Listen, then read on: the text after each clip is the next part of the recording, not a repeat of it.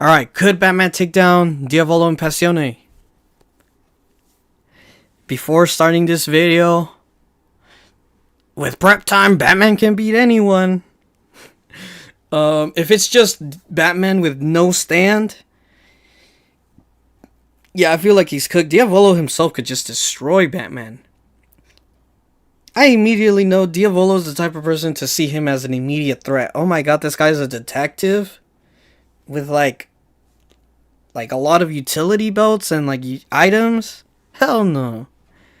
And even the other members like Risotto and La Squadra, they'll immediately take him out. I feel like he might beat what's that guy's name? The one that could shrink people.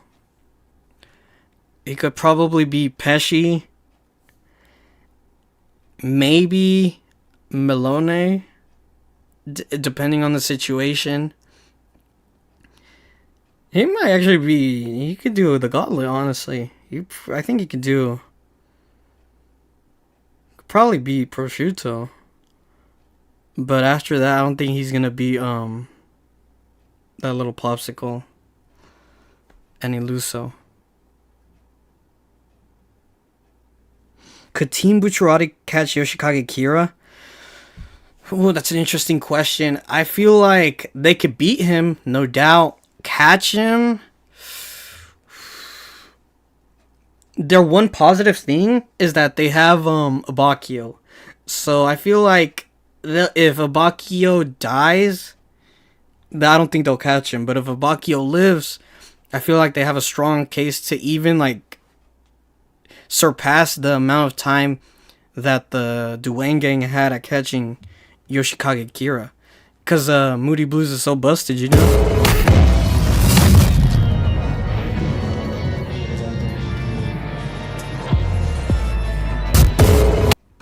Take down Diavolo and his gang Passione. This is a rather large and multifaceted question. The question I'm presenting here is something I think most JoJo fans and Batman fans would appreciate. Batman in multiple continuities of DC has fought large and dangerous organized crime gangs within Gotham and outside of it. The League of Assassins, the Court of Owls, the Siamese crime family, Penguin's gang, the Triads, the Russian Mafia, among many, many more. But never a group whose strongest members are all superpowered gangsters operating under a even greater and stronger boss, the time and fate manipulating stand user Diavolo. In my opinion, I would say Passione is as dangerous as the Court of Owls, if not even worse. They are a gang that controls the southern half of Italy with an iron grip. Nothing goes in or out without them knowing, and have complete control over their drug routes, which goes through them and then throughout all of Europe. Not to mention too, they pay off politicians and policemen. Passione is big time players here. So how could Batman take down Passione and Diavolo? Well, that comes down to Batman's intellect and fighting prowess. Part 5 Golden Wind is a unique JoJo part. In order to beat it, one both needs intellect and fighting power just to survive, and even greater to beat it. So this hypothetical battle will be a great showcase of Batman's skill set to the fullest. Does Batman have what it takes to do it? Would he even make it to Diavolo in the first place? Could Batman even win? And what do you guys think? I forgot you guys said that you already seen it. I don't want to get spoiled. What I think quickly, I feel like Batman, he could run the gauntlet. I feel like he might have a hard time with Eluso, with Man in the Mirror. I feel like if he gets taken down, it's over for Batman. Even though Man in the Mirror, the stand himself, is really weak, I feel like they could, they tag team, especially if it's not just La Squadra. Like, individually, if it's, like, team battles, might be up for the Cape Crusader, but if it's 1v1, I feel like he might do good until he meets Risotto Nero, and then it's up to Risotto if he wants to fully kill Batman, or if it's, like, an interrogating thing, then I feel like Batman might find a way. Oh, yeah, and about the other ones, Notorious B.I.G., Batman might just pull the same thing that they did, just put him in the sea. Clash and Talking Head. Ooh, that could be interesting. If we also have to mention, we don't know if Batman has, like, he could see the stands, because not all stands are visible. So we also got to mention that. La Squadra vs. Stardust Crusaders. Squadra vs. Stardust Crusaders. We could do that for the next video. We could do that for next time. I was thinking of streaming on Thursday. I don't know if I'm gonna. Maybe around this time, maybe even a little earlier, but I was thinking of streaming on Thursday. Maybe we could watch that. Because I got a list of not just JoJo videos, but other non-JoJo video stuff. Talking to just random stuff. But La Squadra for the Stardust Crusaders, I'm down to watch it. But let's quickly finish this video. For the more curious JoJo fan and the knowledgeable Batman fan, could Batman gain a stand? Let's find out. And by the way, 100%. Batman could definitely gain a stand. He has the ability. He has a lot of like a strong personality. Remember, to gain a stand, you have to have an indomitable will. The thing is, having a strong will doesn't mean being a good or bad guy. And as we could see, Batman has the Green Lantern ring. He has so much or not just aura. He has a strong personality. There are times where even Darkseid, the strongest beings in DC, has commended Batman. He could definitely gain a stand. 100%.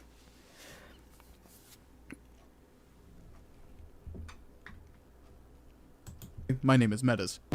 Hi. Within this version of the JoJo universe lives a Bruce Wayne who met the same fate as so many different versions before him, losing his mother and father in Crime Alley. Seeking vengeance, after years of training, Bruce eventually becomes the Batman. At this point, Bruce has been Batman for several years, and has fought gangsters and villains for a majority of that time. Batman has noted in recent months that drugs outside of Gotham are coming in. These drugs are a powerful salt-like opiate, allowing it to be injected. The drawback to the drug is the opiate formed from the salt only exists for a total of 2 weeks before reverting back into salt again. Somebody is transforming salt into a drug, and Batman is the only one with the resources to stop it. Batman now finds himself tailing a gangster group by the name of Passione in Italy in order to stop the drug trade coming into Gotham and around Europe. Batman must fight Passione alone. Who will win? So where does Batman begin his investigation here to take down Passione? Well, I think the obvious answer here is Pulpo. Not because this is where kind of the story really starts within original part 5, but just the fact that Pulpo is a high-level gangster within Passione who knows a lot of things. He's the only stand user in the entire franchise Penguin that has the ability to give other people stands, and more or less being a gatekeeper for upcoming newbies entering Passione. So in theory, and using context clues, he literally knows everybody in the gang, or at least everybody that is extremely powerful within the gang. Hell, I would even double down. From what can be understood here, Diavolo willingly gave Pulpo the stand arrow after his trip from Egypt after gaining his stand, King Crimson. So if anything, out of everybody in the entire gang, Diavolo trusts Pulpo the most. So that means he's extremely trusted. Maybe Batman doesn't know that coming into this, but he definitely will know after it. How Batman found Pulpo? Well, the EU has a public criminal database, so if I could figure that out, Batman definitely can. Wondering. So if he can gain a stand, what would his stand be, Metas? Well, I think I've come up with a pretty cool one. See the stand. Master Bruce Wayne. Stand name Good Grief. Why I chose Good Grief as the stand reference name here is in reference to Nirvana and the overall history of Foo Fighters involving David Grohl and Kurt Cobain. After the death of Kurt Cobain, David Grohl, the drummer of the group, eventually started his own band as a way to kind of cope with life at the time after losing Kurt, and would kind of go on a little bit of a vengeance streak against the record company that owned the masters to the original Nirvana tracks. So I kind of see this like Batman versus Gotham City thing here coming through it. So I thought it'd be a pretty cool reference, on top of the fact, of course, Nirvana's soundtrack did inspire Robert Pattinson's Batman. So I thought it was overall just a pretty cool reference in general. Also, Good Grief, JoJo's catchphrase, just thought it would be cool. So getting into the meat and potatoes of the stand discussion, what is Good Grief's stand ability? Well, stand abilities for the... Should have called Something in the Rain. Batman fans that don't know, usually emphasize kind of the stand user's characteristic traits. In specific with Giorno here with part 5, Giorno wants to save young life and kind of foster a better future for kids and just people overall in general. So him having the ability to make life is a great way to show that. So in specific, talking about Bruce here, what characteristics would go through his stand ability? And in general, and almost in a very anticlimactic way, it would just be Batman. Again. But it's not like a Star Platinum kind of stand where it's just a punch ghost, as I feel like that would be extremely boring, especially in this part where it literally debuts wearable stands. So don't worry, it's not like Black Star Platinum with the ability to have like massive prep time or something. That would just be really dumb. What I'm trying to do with this stand in specific is try to emphasize the ideas of vengeance, fear, and hope. Good Grief is a wearable stand that mimics the style of Batman's cowl. When looking at Batman while Good Grief is active, Batman is perceived as like a bat-like demon with an intimidating aura. What I'm kind of envisioning is like absolute Batman that's currently coming up within DC Comics, a little bit of vampire Batman thrown in there, and specific art styles done by very abstract artists that have drawn Batman. Due to its intimidating aura, anybody who looks at him is basically petrified due to an intense fear. The only way to break out of it is through sheer willpower alone, or just people with strong-willed auras being able to counter it. While extremely simple, this is extremely good for Batman. Being able to guarantee strike fear into your opponents while fighting them or trying to just get more information out of them is a massive boon for Batman. That's essentially what he wants. He wants people to fear him.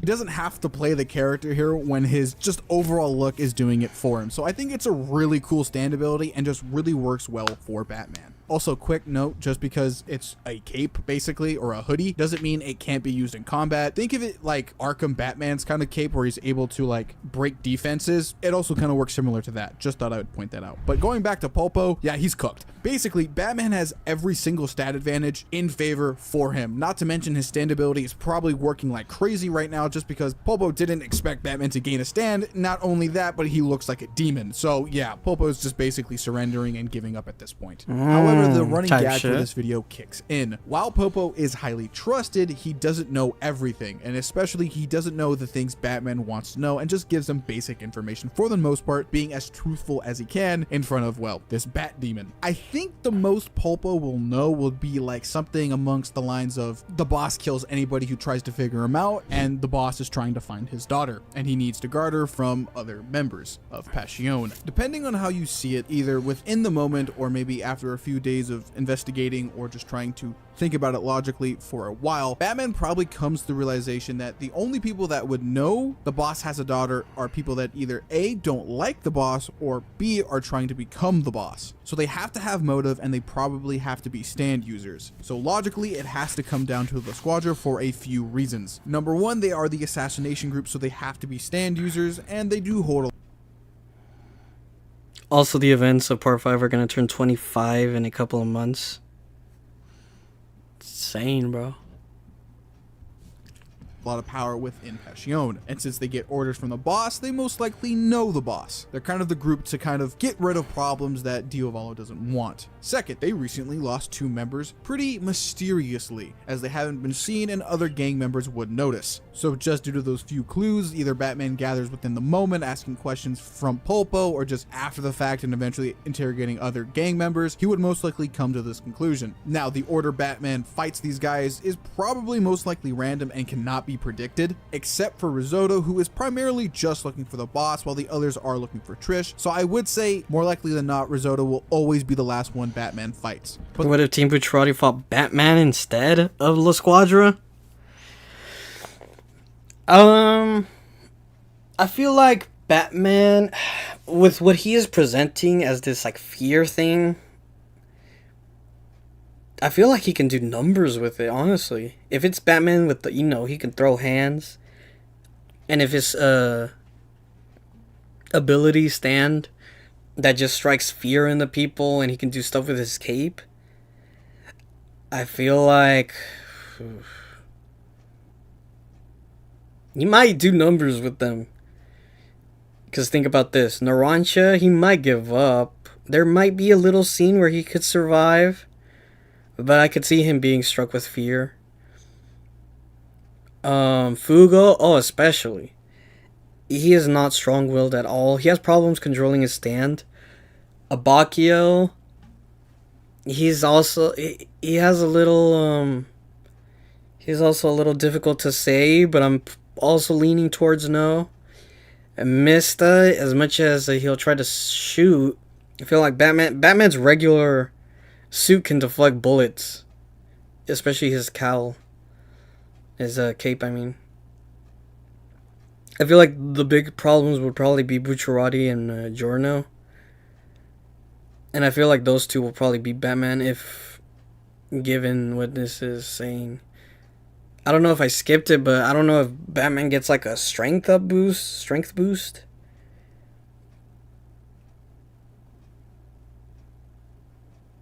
Also, I am giving it to Bruno and Giorno because they have the intent to kill while Batman mostly doesn't. So they'll probably catch him lacking, and I'm not even going to talk about GER.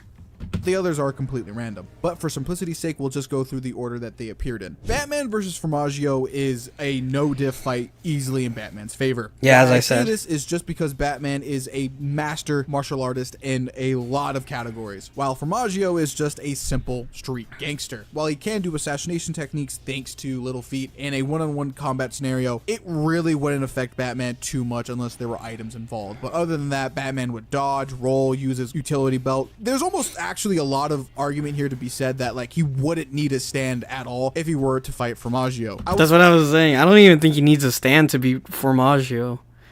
If literally Narancia beat him with essentially a toy airplane, he was able to survive him.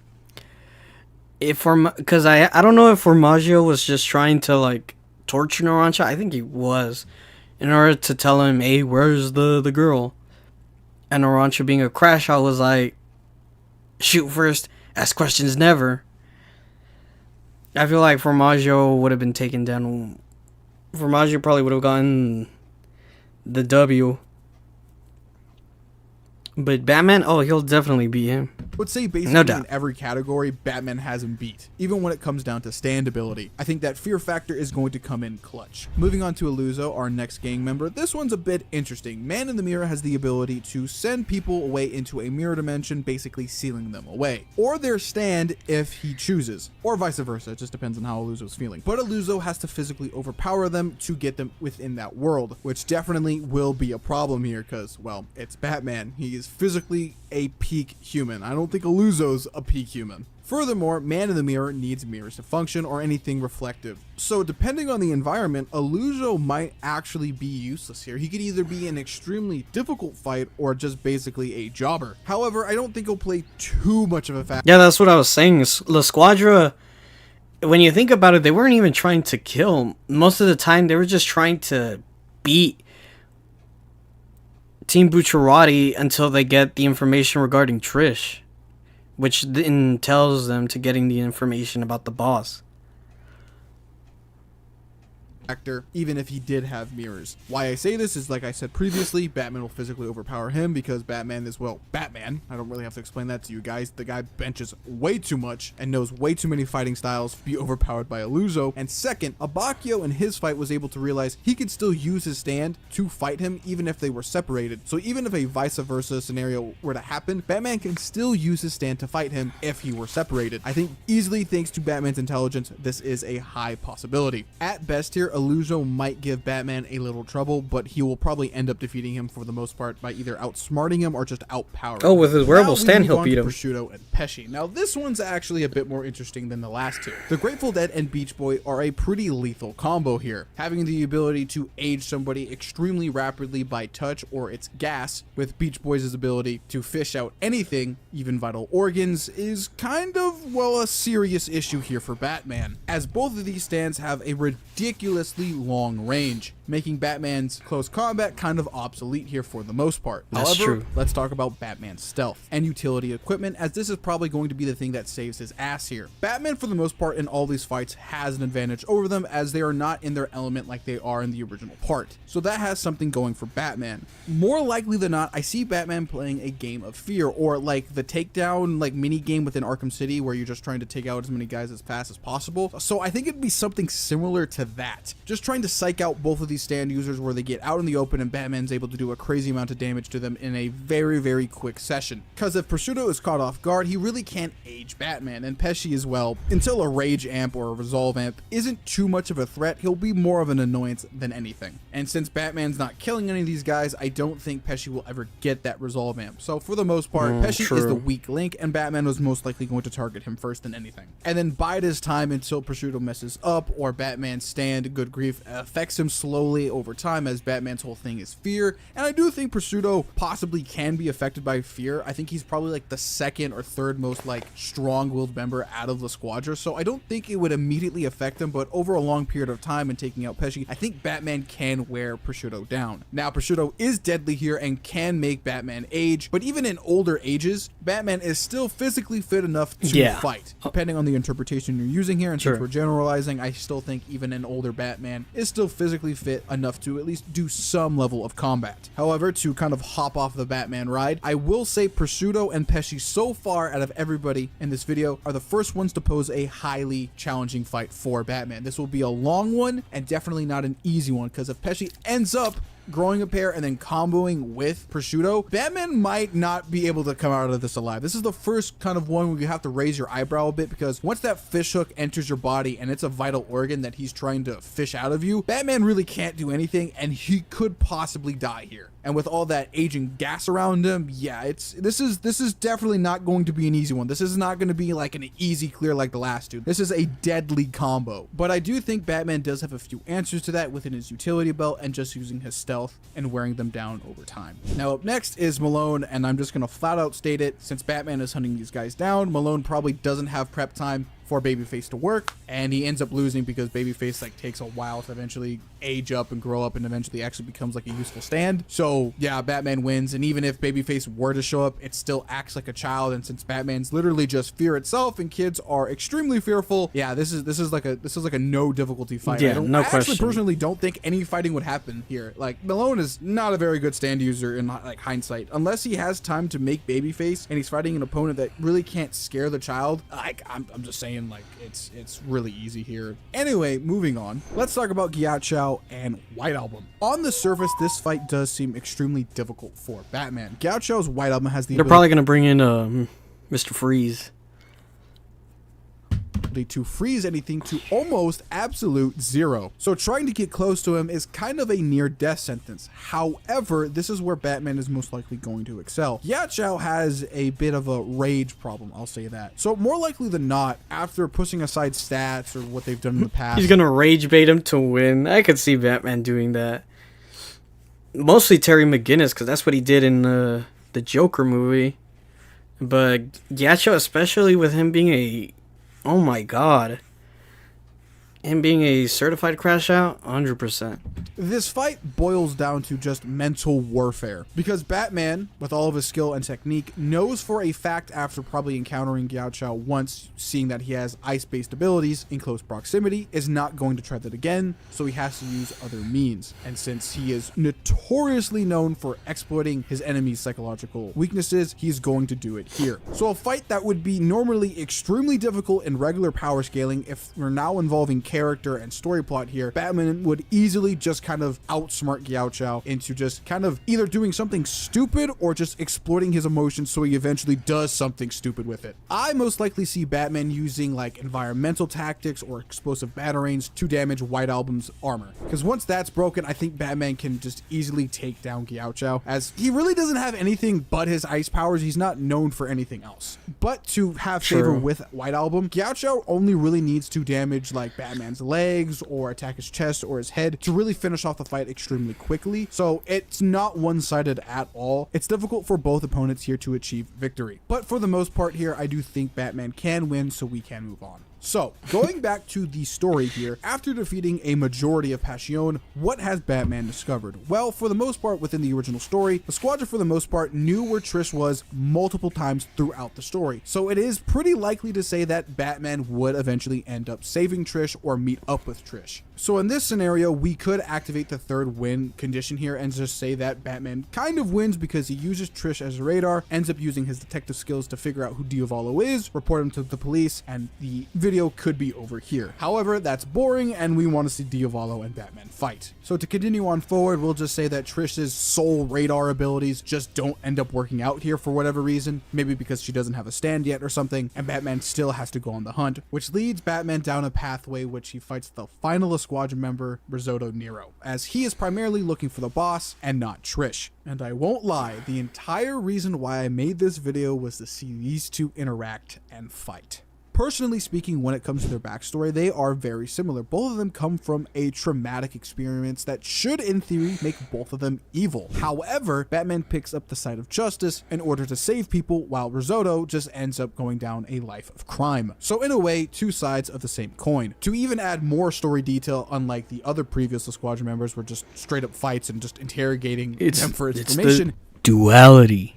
This one almost comes down to kind of questioning, I feel like, between the two characters. What I mean by that is both of them just asking why they're doing this in the first place. Why is Batman trying to defeat the Squadra, and why is Risotto doing the things he's doing when he can probably live a better life with his stand ability? And it eventually just all boils down to morals. Justice versus revenge. It's honestly, in my opinion, a really...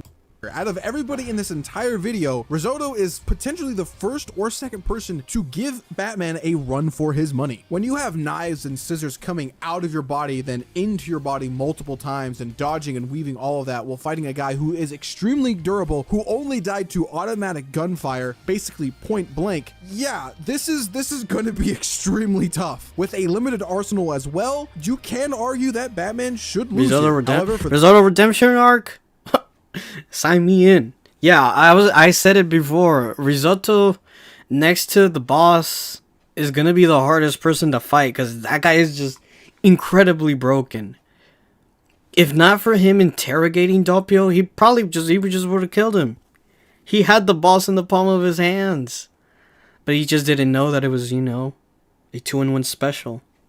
For the sake of the video and me wanting to continue on forward, I'm going to say that due to Batman's intelligence and just sheer fighting prowess, that he does end up beating Risotto. However, I would like to specify it was a long and drawn out fight with a lot of blood and a lot of damage to both fighters. Switching back to the storyline here, after this long and bloody fight, Risotto eventually reveals to Batman that he was looking for Doppio, who is directly connected to the boss. So Batman knows where he's going now. However, during this, Batman has taken out multiple gang members, a lot of high-ranking gang members, and is most likely known to everybody. And what I mean by everybody is Diavolo knows, and now Polnareff knows. I'll come back to Polnareff soon. Let's talk about Diavolo here. Since Diavolo does not want his identity to come out, more likely than not, he will require the special unit of Passione to come and fight Batman for him before he reaches him. So it's kind of like an inverse of scenarios that happened with the original Golden Wind, where the crew had to fight Diavolo first, then the special unit, then Diavolo again. So how does that play out? Well, funny enough, for the most part, these guys actually do worse than La Squadra by a very large margin. Going in order when they first appeared, talking about Squalo and Tiziano first, only one of these guys is a threat, while the other one is completely useless here. The stands, Clash, and Talking Heads are weird. While Clash is actually probably a threat here for the most part, as it's able to teleport to any body of liquid and then kind of resize itself to the liquid that it's in, it can be deadly, it can't be deadly at some points. It really just depends on the scenario. And Talking Heads just attaches to your tongue and makes you lie. But I don't know who Batman is talking to other than maybe Polnareff, but I highly doubt it, and I'll explain it later. But overall, these two guys are just useless. Batman within the story really isn't lying to anybody within these fights, nor is he really talking to anybody, and Squalo is scenario dependent, and I don't even know why Batman would be around a large body of water unless some shenanigans were afoot, but even then Batman would easily be able to figure it out and just get away from water, making Squalo useless. Anyway, moving on. Let's talk about Carne. Carne was this savage monster within the original part of Golden Wind, and I'm lying out of my ass. We have nothing about this character. He was one shot by Mista. Batman. That's true. And if, Batman doesn't kill, Notorious B.I.G. isn't going to be a problem at all. So this character is basically done. Wouldn't even kill him in the first place to activate Notorious B.I.G. in its current form. Trish maybe lies to him? Interesting. What if this is the scenario that maybe Trish... I could see Diavolo manipulate Trish into thinking, because maybe the whole thing, they don't know why the boss wants Trish. So I could definitely see Trish, because she is kind of a snotty brat until she learns that she was going to get killed. What if Diavolo kind of manipulates her? That'd be crazy. Or what you said, maybe Talking Head can go into Trish. But I feel like Batman's whole thing is being by himself, so he's not gonna have a lot of allies, you know? Literally cannot talk about this character whatsoever. We just have to move on. So, easy Batman win, I guess. Now, finally, we actually end up getting into a pretty interesting matchup within the special unit, but technically speaking, these two are not on the special unit. These guys are last resorts, but just for funnies, we'll just put them in the special unit for right now. Chocolata and Secco. Their stand abilities are Green Day and Oasis. Oasis has the ability to swim through material matter. That's all it really does. I can't go too crazy with that one, but it does have its uses, and potentially makes them slightly stronger than an average person, but that one's a bit fishy. I don't know if that's just, you know, JoJo stand shenanigans or just Secco being really powerful. On the other hand, Chocolata's stand, Green Day, has the ability to infect mold in the nearby air. However, it only activates when you are at a lower altitude than Chocolata. If you are, you start to mold away and start crumbling if you don't try to reach a higher altitude. And don't even try to attempt to go down because you will just die. So these two are extremely powerful stands. So how will Batman deal against them? Well, I'm kind of stumped here actually.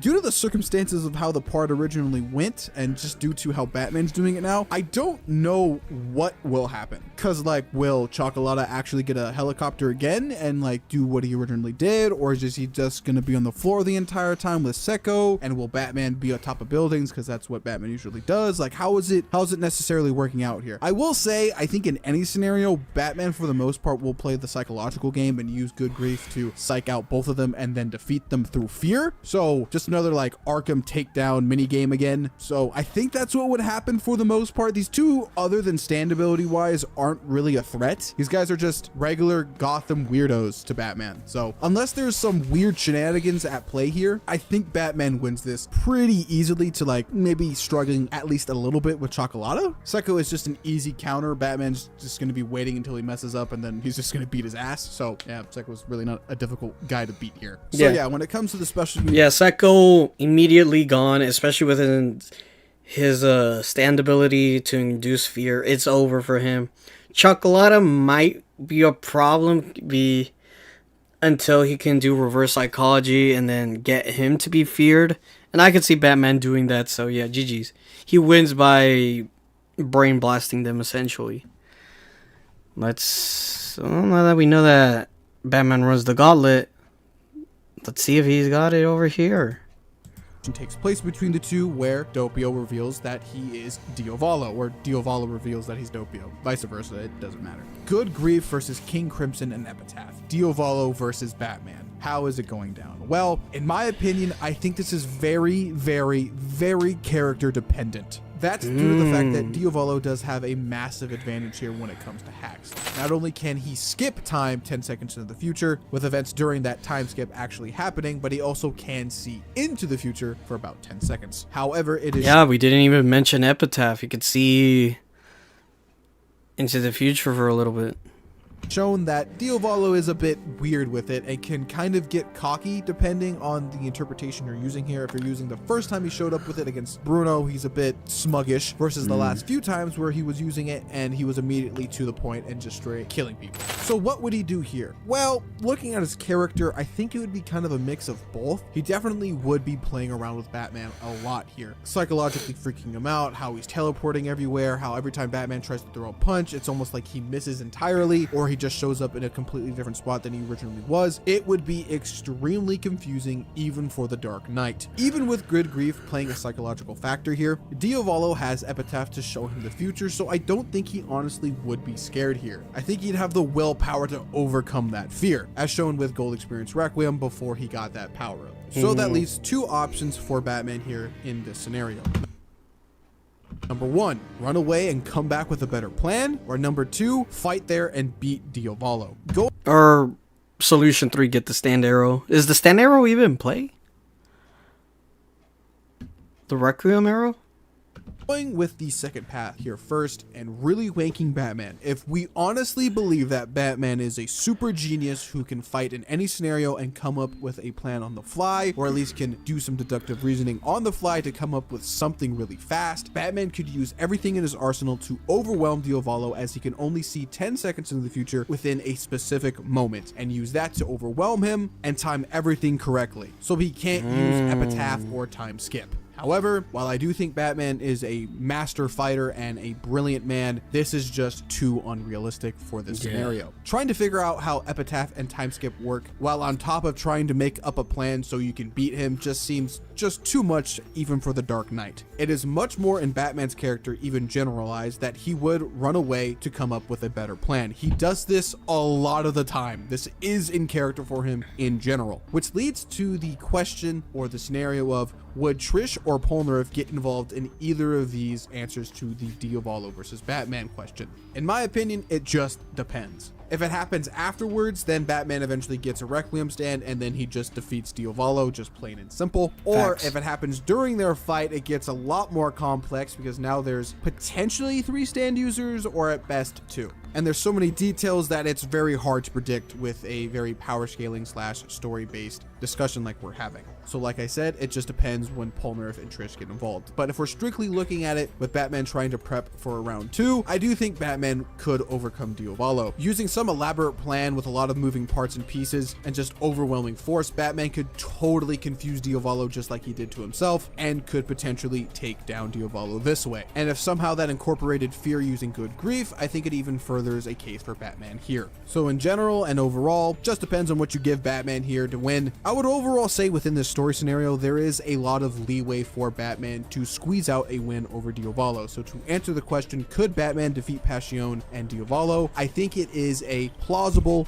yes. Now, if you want to argue for a specific answer, then you have to go a little bit into the story details here, but overall, I think it is a yes. Now, like I promised at the beginning of the video, and if you skip forward here, hello, how you doing? My name is Metas. We will be using specific Batmans to answer the question, could Batman defeat Passione? And the one I'll be talking about primarily the most here is main comic Batman. Now, I'm going to guess some of you are probably going to say, well, it's still Batman, right? He needs prep time, like he's going to get washed here. Hold your horses, let me explain something. Mainline continuity Batman from DC Comics is not the same Batman from like 20 years ago. The whole Batman needs prep time to beat anybody is kind of like an old joke at this point because, well, to put it bluntly, this Batman is a canonical composite version of Batman. That basically means is all of his greatest records, his greatest feats are all wrapped into one. His intelligence is on par with Brainiac, who has a 8th to 12th dimensional level intellect, which means it's so high, humanity itself cannot comprehend what Brainiac is thinking, and Batman is able to do that. He's able to comprehend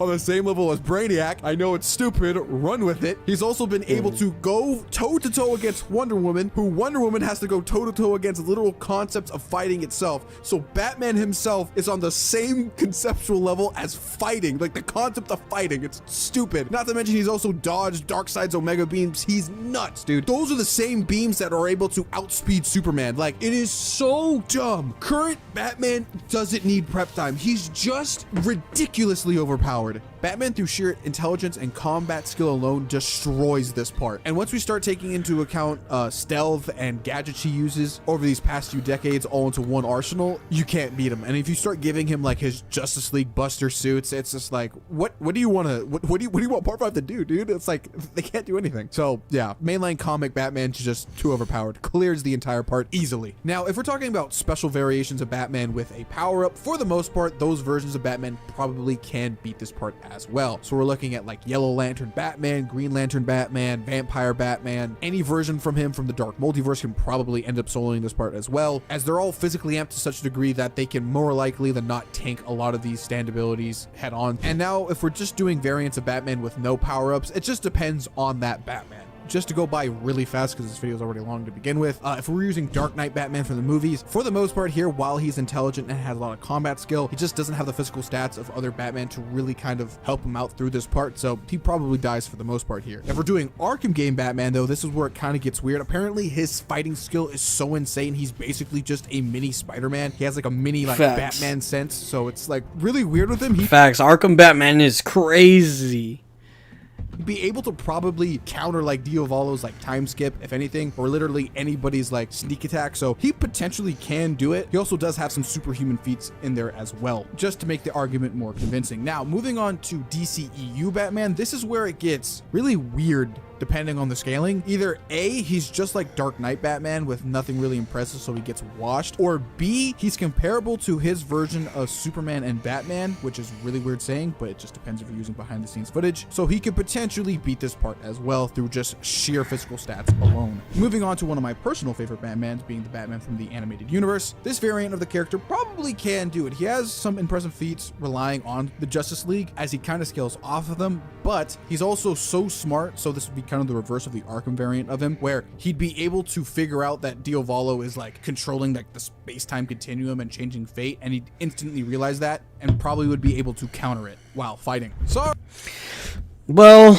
that's the end of the video. Of course, we all know that Batman could take him.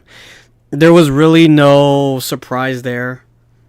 I guess the whole thing that I wanted to see is like Batman and his stand, and how Batman could deal with not just, you know, whatever stands are, but the fact that it shows how broken Batman is. Again, good video by Metas. Very good YouTuber. Yeah.